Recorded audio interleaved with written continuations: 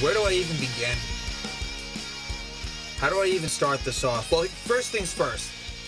Tonight I was going to do my normal Week 17 review, preview the NFL, slate for the wild card round. I'm going to push that off to tomorrow night. Tonight is solely going to be focused on the Giants and the fucking Eagles. I hate the fucking Eagles. They have always been my least favorite NFL team. And some Giant fans, other people question, why not the Cowboys? And trust me, I do not like the Cowboys at all. Don't like Jerry Jones. Don't like America's team. Don't like anything about it. But the Eagles have always just, quite honestly, owned the Giants. And tonight, in some ways, they did again in a different way. But they have not been successful against the Eagles at all. Their fans are the worst. Proximity. Everything about it. They just always have been. And tonight further confirmed that and some. So, honestly, the Giant-Cowboy game, it didn't matter at all today. Did not matter who won. I'll get into the Giant game. That's not even anywhere near the conversation for this episode. Not at all. It's tough. And the first thing I'll say is the Giants went 6-10. So you can't complain that much from that side of things. You can't. But the fact of the matter is that they had a shot to win this division. Granted, the record is embarrassing for a division winner. I totally agree with that. But the Giants had a chance to win the NFC East. They beat the Cowboys. Barely.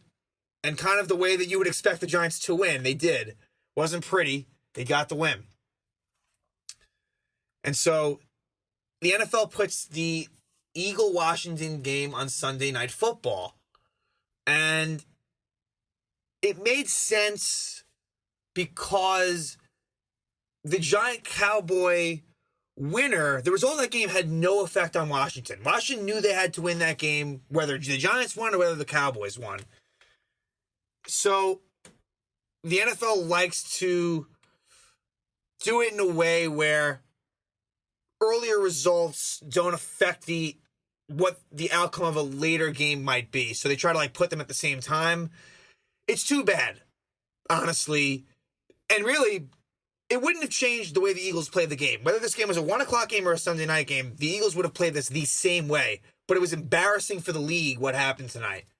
It really was. And we're going to go into a whole bunch of different scenarios and why I think if you're an Eagle fan, the fan in me, if I was an Eagle fan, I would not mind really at all what happened tonight. But I think from a player's perspective, it's sickening. It's just the player's attitude. And this kind of goes back to the Jets situation where fans were, legitimately, and it made sense why they were very upset when the Jets won games. But the players are just different. This is their livelihood. They want to win. As annoying as that is to fans, sometimes that's just how they are. So, first things first, the Eagles had a bunch of players that they sat, a bunch of starters. Miles Sanders, Dallas Goedert, Fletcher Cox, Deshaun Jackson, Alshon Jeffrey. Jalen Mills was out due to COVID. Nikhil Roby-Coleman was out due to COVID. And the list goes on and on. It was to the point where Washington was a small favorite to start the week, and they ended up being a 6.5-point favorite. So you knew it wasn't good. And so I'm watching the Giant game, and I wanted the Giants to win, but it was tempered. It was, because I knew that the Eagle-Washington game is going to be tricky, but it even went worse than I could have ever imagined. I never thought that it would go as it did. So the Giants are the ones that had to suffer through this agony. The fans, not only did the fans have to wait for the game to start on Sunday night, but oh my God, the way that it happened. So Washington takes an early 10-0 lead. It's not looking good. But the one hope was Jalen Hurts was the quarterback for the Eagles. And let me just say this. He is really not a very good passer at all, but he makes things happen with his legs. He has an ability to make plays. And that was kind of the one hope. And also the fact that Alex Smith, just let's be honest, it's a great story. The guy, he's just not a great quarterback at this stage of the game, in my opinion. He was their best option, but I think that's just more of a sad thing than anything. And he's a good guy. And that whole Washington story, obviously I'm bitter as a Giant fan, but you understand with Ron Rivera recovering from cancer and Alex Smith really almost having a life-threatening situation. Totally understand all of that. But it wasn't looking good. Washington was up 10-0, but then the Eagles fought back. They take a 14-10 lead late in the second quarter. And they actually had a chance to increase that lead. They had the ball, but they went 3 and out. Washington gets the ball and drives for a crucial touchdown to end the half. Very big. It was, so Washington's up 17-14 going to the half. And so still my mindset is, this could happen, but it's just not looking likely. Philly's without a bunch of starters. And it's possible that Philly could win, but not really something that I'm going to bank on for sure. So let's fast forward to late in the third quarter. Alex Smith throws an interception. And it's deep into Washington territory. Eagles eventually get first and goal. They do a running play that goes nowhere. They throw a couple incomplete passes. So it's 4th and goal at the 4. And they're down by 3. They got to kick a field goal, right? Nah. And that was what my fear was. For most of that game, they were playing it basically normal, where they were punting when they should punt. They weren't being too reckless. It was fairly normal in that sense. And I was fine with that, of course. But then Peterson goes for it. And I know that in general, he is a very aggressive coach. So would I totally put it past him to go for it under normal, if they were trying to actually win? I don't know, but I don't think they would. I really don't. 4th and goal at the 4. And of course, they don't convert. Bad pass by Jalen Hurts. There was a little bit of pressure on him, not too much. He stayed in the pocket, tried to find Quez Watkins, and he just bounced it. A good throw, and it's probably a touchdown. So at that point, it's 17-14. Fourth quarter rolls around, and who's coming out as quarterback for the Eagles? Nate Sudfeld. Yes. Yeah. Jalen Hurts benched. Not for poor play. Not because he's hurt. Because they wanted to lose. There's no other way to look at it, but they were trying to lose the game. You're not trying to protect anyone here. Jalen Hurts, you drafted him in the second round, and you have a quarterback in Carson Wentz who might be requesting a trade. It's an uncertain future. You want to give Jalen Hurts a good look in a very big opportunity. We're going to get into the difference between games where both teams have nothing on the line or a game like this where you're affecting Washington, you're affecting the Giants, and that isn't of top of mind for them at all. In fact, if you ask the Eagles, I'm sure they dislike the Giants more than Washington. If it were the Cowboys, forget about it. This is already a big story. If the Cowboys were the ones that beat the Giants and they were, the team that had to go through this, that'd be crazy. But here nor there. And it's over. Once Sudfeld comes in, it is over. Why wouldn't you want to give Hurts a full look? I understand if the game was out of hand, whatever, you pull him. There's nothing else to say, but they were trying to lose the game. Anti-Herm Edwards. And it hurt the players. Jason Kelsey, their center, just a few weeks ago, was talking about how it's so important for the culture of a locker room, to play winning football, to not be concerned with draft picks. And the Eagles, by losing, they picked 6th instead of 9th. Now, if I was a fan of the Eagles, I would be rooting for the Eagles to lose. No question. But that's all we're talking about. We're not, this is where I'm going to transition into Chase Young, as this is like a normal conversation, I feel like, on these episodes, where the Chase Young Bowl. Now, the Giants played it normal. And now that was the second to last week of the season.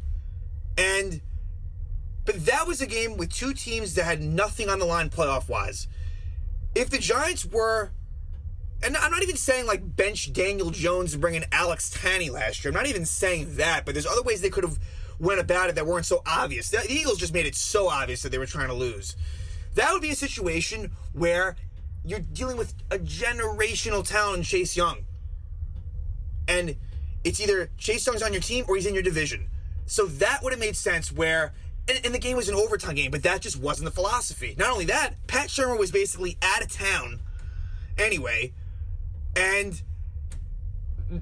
it's just frustrating because in that type of scenario where there is no playoffs involved for either team, to me, that makes more sense. Now, as a comparable today, and there is a big caveat, Texans play the Titans. Now, I will say this. The Texans did trade away their first-round pick to the Dolphins, so the Dolphins are actually picking third. So Houston is out of it. They're playing a Titan team that had just clinched a berth, but they're playing for the AFC South, which was important to them. And I can tell you this, almost no question. Almost no question. Let's just say the Texans had their third overall pick. They were not going to pull Deshaun Watson. They were not going to do that, and that would make more sense. That would make more sense than to pull Jalen Hurts. Deshaun Watson, you know what you have there. There's no question. Like, that might make sense to actually protect him from potential long-term injury. It's just, and of course the Giants had to be the one that had to suffer through this. Just when you thought that there was a good chance of like heartbreak at the end of the season, it ended up being even worse than you could imagine. And it's funny. I had said that the worst case scenario was that we would win and Washington would win. And that's what played out. But it wasn't so much for the reasons that I had outlined originally. So the Giants would have picked 8th instead of picking 11th. Would I prefer them to have those 3 spots higher? And, if Denver hadn't choked their game against the Raiders, the Giants actually would have been picking 10th, not 11th. So it may have only been 2. It was very close to being that. Yeah, sure, that would have been nice. Absolutely, but not really that big of a deal. It really isn't. It's just, in a situation, you're not dealing with a Chase Young type situation here. So what does hurt a little bit more is I think Dave Gettleman is less on the hot seat, obviously. So from that angle, who knows? It's no guarantee that he was going to be fired anyway, but that I don't like about the win today. And so, but what was the worst part was suffering through watching this garbage take place. If the Washington had beaten the Eagles straight up, even with the players they sat, like that was tough to begin with. And then they took it a 5 steps further, more than that, by fucking taking Jalen Hurts out of the game for Nate fucking Sudfeld. Come on.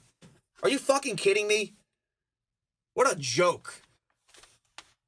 And this is why this is my most hated team. And I can't wait to play them next year and moving forward. But that doesn't change anything. It doesn't. And it's just unreal that that's how it ends. And who knows? Washington could have still won anyway if Hurts was in there.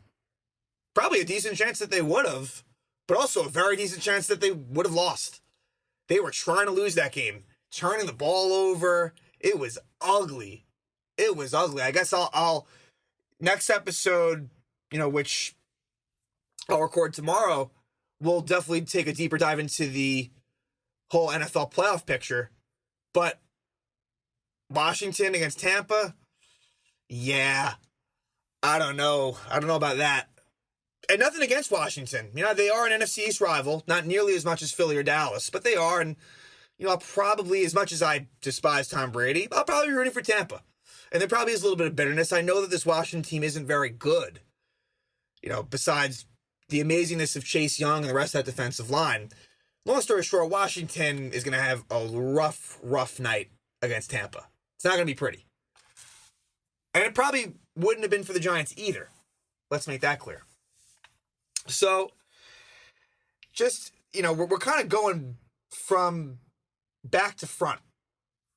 So, the Giant Cowboy game,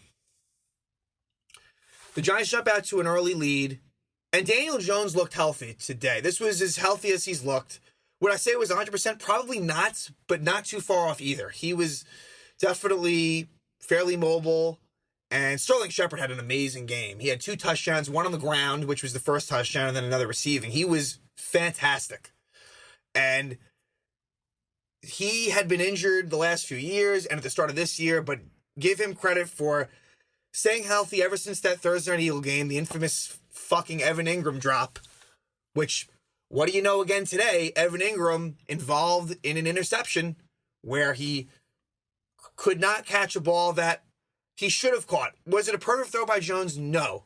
But I would say half of Jones's interceptions have been Ingram related in one way or another. And Colt McCoy, actually, one comes to mind against the Seahawks, where Ingram just can't catch the ball. The guy is so frustrating, and he's a Pro Bowler. How in the world did he make the Pro Bowl? I know the tight end position's a joke, but how the hell did he make the Pro Bowl? He should have said thank you, but I don't deserve it. Give that up. So, as much as the guy has talent, if he's gone, I don't mind. He's just too... I've had enough of him already. But the Giants' defense, I guess it was a bit of bend but don't break. And the Giants were up 20-9 when this interception happened. And everything kind of turned at that point. The Cowboys made it 20-16. They would eventually make it 20-19. But really what happened was they had to settle for field goals. That was pretty much the key. And a really big play in the game was, well, actually going back, so there was a bad penalty called on Sterling Shepard. Crackback block that was just a bad call. This was before the interception. So they were driving, had a lot of momentum, so a really bad call there. And then you get the INT. So fast forward to when it's 20-19, and there's under 5 minutes, and Daniel Jones throws the ball to Dante Pettis, who had a touchdown. He really could be a guy that could be a factor next year. Kind of reminds me of Corey Coleman, where the Giants picked up Corey Coleman a few years ago, who the Browns gave up on very quickly. Now, unfortunately, he had injuries, and it didn't work out with him. But Dante Pettis, the same thing with San Francisco. He was a second-round pick just a few years ago. So he's a guy that definitely has more receiving chops than like Austin Mack, for example. So Pettis is definitely someone that I think was a good pickup and someone you're going to want to keep around. With that being said, there was a throw by Daniel Jones to Pettis on a 3rd down where it was close to 4-down territory, and it appeared that Pettis made the catch, but on further review, he didn't. Mike McCarthy does not challenge it, and Graham Gano hits a 50-yard field goal. This was really key to give the Giants a 23-19 lead. So that may very well cost the Cowboys the game, which, in hindsight, I wish that Mike McCarthy had challenged that, and the Cowboys had won the game. But the Giants' defense would eventually get the stop. The Cowboys were driving the field. It seemed like they were going to score, but they got stingy. And on 3rd and goal, Dalton forced one, and ball fluttered, and Xavier McKinney made an interception. So you're getting contributions from different players. It's nice to see McKinney has definitely taken on a bigger role since he came back from injury. And there's a lot to like. James Bradbury is awesome. Like, the Blake Martinez pickup was great. Leonard Williams, 3 sacks today. He's been a monster for the most part. And, he's going to be getting paid now, so that'll be interesting to see where that goes. But what happened is you think that the Giants are looking good. Xavier McKinney gets the interception, and the ball's at the 20-yard line. Really, the Giants only needed a 1st down, and this game is over. And on a 2nd and 5, Wayne Gallman gets the 1st down. All he has to do is go down, and the Giants will be taking a knee, and that would be it. But he fumbles the ball on his own after he had fumbled earlier today and the Cowboys recovered. Somehow, he was able to get the ball back. He basically sat on the ball, but then they showed another camera angle where he clearly had possession of it. I don't know how he was able to do that. That would have been a pretty big story if that led to the Cowboys winning, which it could have. If the Cowboys got that ball back, who knows? Because Andy Dalton was moving the ball pretty well at that point in the game. So the Giants were able to win. They went 3-0 at home in division. They basically beat who they should have beat, other than, like, the Seahawks game was that one outlier. I don't know how that happened. The defense played out of their mind. But really, their record was about what it should have been, but there really were missed opportunities along the way. I can't help but think about that Giant-Eagle game where they blew the 11-point lead. That first Giant-Cowboy game. There were a lot of winnable games early that they blew, and you knew that it might come back to bite them. And Washington, for them, really, obviously being very fortunate tonight with what took place. They might have still won, but this was the one game in the whole season that just wasn't like any other. You had one team trying to lose. But even bigger than that, the Washington-Pittsburgh game was a big one. Pittsburgh at the time, they were 11-0. They had been winning games, but they were struggling, and that was a really big win for Washington. When I look at their schedule, it was kind of like the Giants. Like, I guess Washington winning at Pittsburgh was similar to the Giants winning at Seattle, which happened to be in the same week of the season. And it just would have been nice to get one more week of football, to play Tom Brady again in the playoffs, to host the game as well. Would have been at MetLife Stadium. And it really would have been good for this young group. I don't normally believe in that type of stuff, but with what Joe Judge is preaching, and it is invaluable. Now, you don't have the fans. I do think it's like a different feel. It doesn't really change the result so much, but it's different without fans. But this would have been great to see Daniel Jones in a big playoff situation, and we're not going to get that. And really, for me, the overwhelming theme tonight, it's not so much about the Giant-Cowboy game. And there's going to be a lot of decisions to be made in the offseason, and we'll probably find out in the next few days. I think the one person that could maybe be let go is Jason Garrett. I'm not 100% sure where they'll go with that, but I think it's possible. But the Eagles, it's definitely being talked about across the NFL. And if you're a fan of that team, I think most people, I don't know, maybe half and half. Because I think even the ones that wanted to tank probably wanted to see Jalen Hurts too. So there must have been some mixed feelings with that. But I think that this came down from ownership. I think Doug Peterson was part of it, but you better believe that this came from above as well. And you just feel bad for the players. They play all year. They want to win. And they would have liked to have knocked out Washington. They're not really thinking about it from like, oh, we hate the Giants more than Washington. They're thinking this is a team that's trying to win a division in our stadium, and we want to beat them. And that just wasn't going to be possible. So this is tough. It's not the way you wanted the season to end. Again, I kind of figured that that this was maybe going to be the results, but never like this. Never in a million years like this. So, like I said, I'm going to record the more formal Week 17 recap and dive into the 6 wild card games. That'll be fun. There's definitely some fun matchups ahead. But I guess my last statement would be, fuck the Eagles. I'll talk to you guys soon.